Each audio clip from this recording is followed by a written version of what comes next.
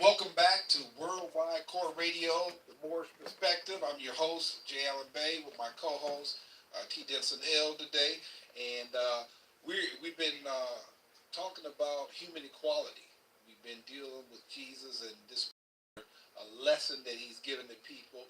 And he's trying to get them to be able to understand that in Allah's sight, every soul is precious. And so when we learn that lesson and we consider and become aware of who we are, Allah, when we understand that we are connected because he's not outside of us, he's not under us or above us, but within, then we understand more and more how it's equality. Because we're all linked to this here. We all bound by cord to every other living cord. Every living. That's right. And so, and it changes the way you see things. It changes the way that we respond to things. I'm going to I'm going to finish this chapter, and we left off at, it says, the pure heart do not accuse, the violent heart who want to cover up their guilt in holy smoke of piety are ever loathing drunkards, thieves, and courtesans. Haters. These loathing and this scorn is mockery. For if the tinsel coat of reputation could be torn away, the loud professor would be found to revel in his lust, deceit, and many forms of secret sin.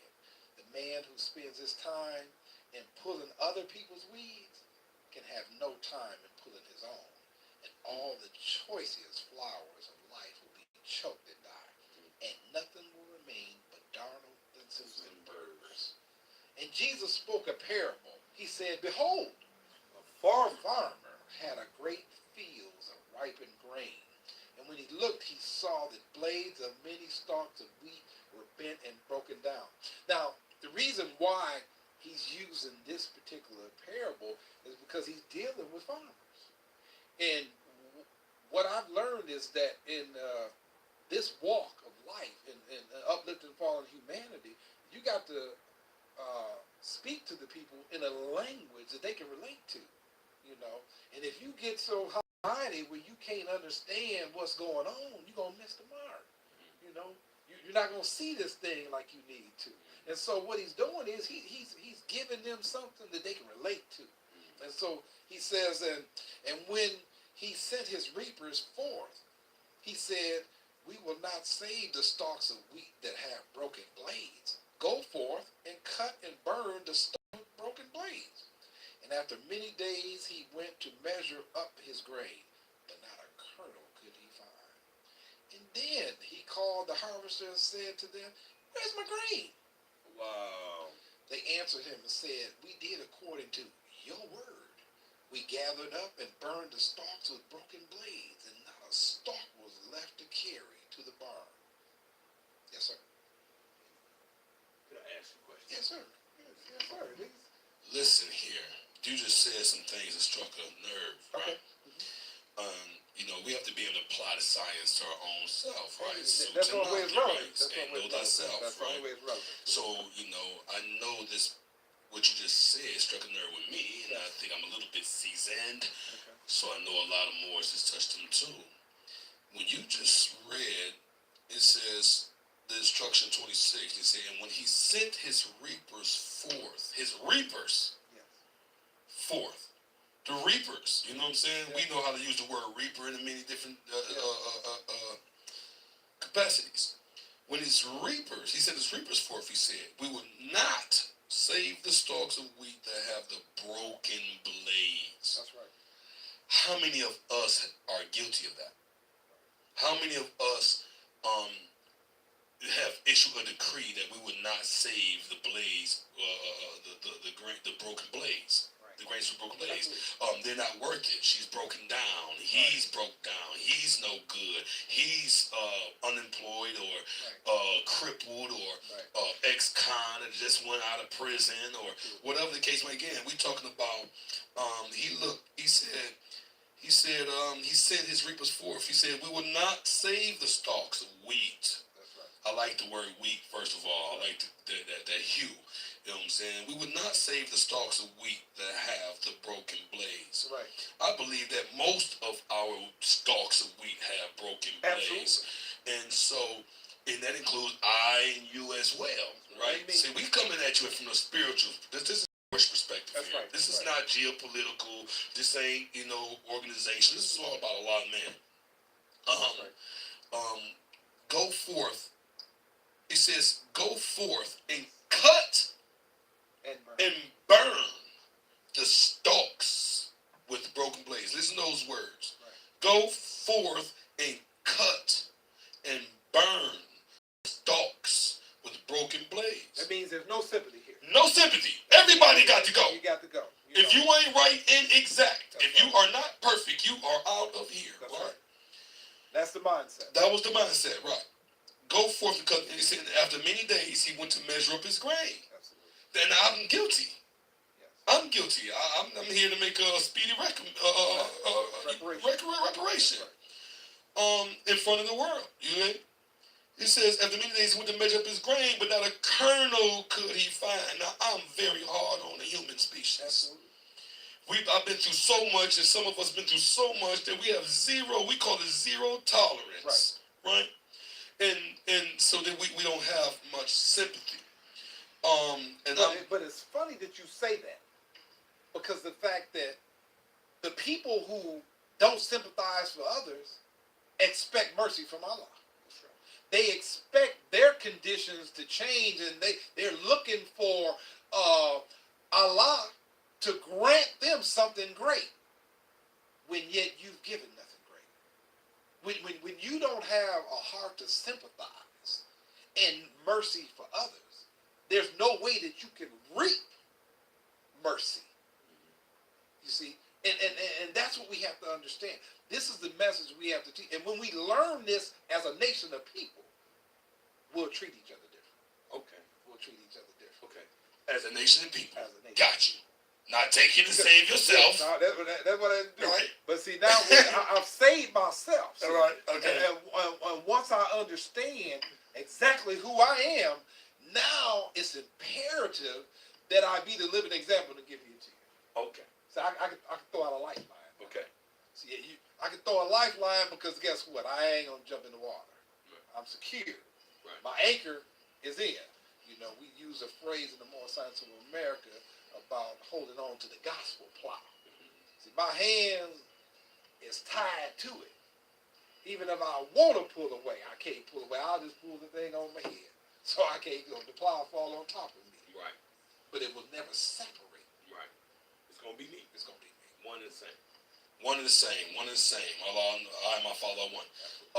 And so I want to ask our audience today, you know what I'm saying, if you are guilty of these things, you find yourself lacking and wanting some of these things, we're talking about how to apply this into our everyday life, in our households, in our families' lives, children's lives, wives and husbands, in your community. Okay? So this is, the living word we're talking about here. And after many days he went to measure up his grain, but not a kernel could he find. Now, I've done this. Now, I do this on a regular basis, If I find that a person is lacking here and there, I don't have a lot of time, because I spend a lot of time in incarcerations and things. So, but at the same time, sometimes we undervalue. Right. We undervalue each other. And that's what the chapter is. And that's what I wanted. The chapter is teaching us in right now perspective. That's correct. Of what we're dealing with on a daily basis. We're dealing with situations that some people may rub you the wrong way. You might not like how my man do business. Right. You might not like how another woman treats her man, or how this man treats her. But the thing about it is, you have no right to not to look at them equally, because they're working something out. See, everything is for a purpose. There's nothing being done that's not supposed to be being done. And it's all for the whole. Remember, everything is for the whole, because we all wanted it. What you going through is very important to the harmony of the world, because remember, we all bound by cords. Every living thing. You see, so your experience in being able, it's like this here. And I equate this with 100 years ago, man didn't know the internet, had no idea about the internet. Five score. Didn't Right. no way he could see or perceive such a thing. But society as whole, by the growth of the seed, has allowed people to be able to experience it today. You see what I'm saying? So everything that's in the atmosphere is ingrained in all of us in order to enhance each generation. It's for the whole. See, there's no strange happenings. That's right. You know, you ain't doing nothing for yourself. Yeah. You know, and when we get away from the mindset of that, it changes the conditions of our journey, our race of people, and the way we see life. You know, and so that's just, you know, and I was thinking about 2,500 years ago. If you would have taken Mo and put Mo 2,500 years ago in society with the mindset that he had in the development, they would have called him God Almighty. But as a whole, it was needed in order to progress this way. This is what this is. We're evolving. We're evolving based on consciousness development. And the more we recognize our journey in this mission here and able to look at our fellow humans as one connected with me, looking for God in you, abstracting God in you, enhancing God in you, forcing God to be evoked out of you, then we can achieve something as a nation of people. Then we will walk in our authority. We will be exactly what the great God of the universe ordained us to be. But it's all about developing, knowing yourself. That's a Morris perspective.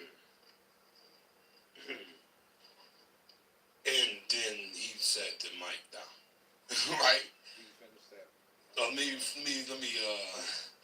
wow, that was heavy. Yeah. The pure in heart do not accuse, the violent in heart, who want to cover up their guilt with the holy smoke of piety, or ever loathe their drunkards, thieves, and courtesans. This loathing and this scorn is mockery, for if the tinsel coat of reputation could be torn away, the loud professor would be found to revel in his lust, deceit, and many forms of secret sin. The man, the Moore says, we go forth, he says, we was at, where, about 29? 30. Instruction 30. They answered him and said, we did according to your word. Your word. We gathered up and burned the stalks with broken blades, and not a stalk was left to carry to the barn. And Jesus said, if Allah saves only those who have unbroken blades, who have been perfected in his sight, who will be saved? And the accusers hung their heads in shame. And Jesus went his way. Now that's heavy. That's right. That's heavy. Because if Allah only saves those who have broken blades, or if I only love the people with unbroken blades, who would I love? Where would the love be? And that's the state, that's the conditions that we're existing in today. When each other don't love we don't love one another as a people, right? Because I see you for your for your broken blades. Right. You're right. And the key to that is that once I learn to see Allah in you, what happens is I'm able to understand the flesh. But until I come to the understanding from a conscious perspective of God in you, then it's hard for me not to see the murky ethers of the flesh. The things that you do are going to rub me the wrong way because it's based on feelings and emotion, and they ain't got nothing to do with Allah. That's right. That's right. And so when we figure that out, we gain a path. We gain a step. We enhance ourselves. But it comes about by being able to first see that. Now, once I see that, I understand who you are. Truth and falsehood strangely mixed. I can identify when the falsehood is on the manifest. I can identify why you doing the things that you do. Because remember, it said when you study self, what? The first thing you know is say, he who knows well his lower self knows the illusions of the world. He knows the things that begin and end. And so I'm able to recognize it for what it is and put it in its proper perspective, and I can separate that from your essence. See, I'm going to love you. And when I see the other stuff, I'm going to put it in the proper perspective, and my love for you will help me be able to say, hey, Denson-El, let me show you something. Now, Yes, sir. how do I get there?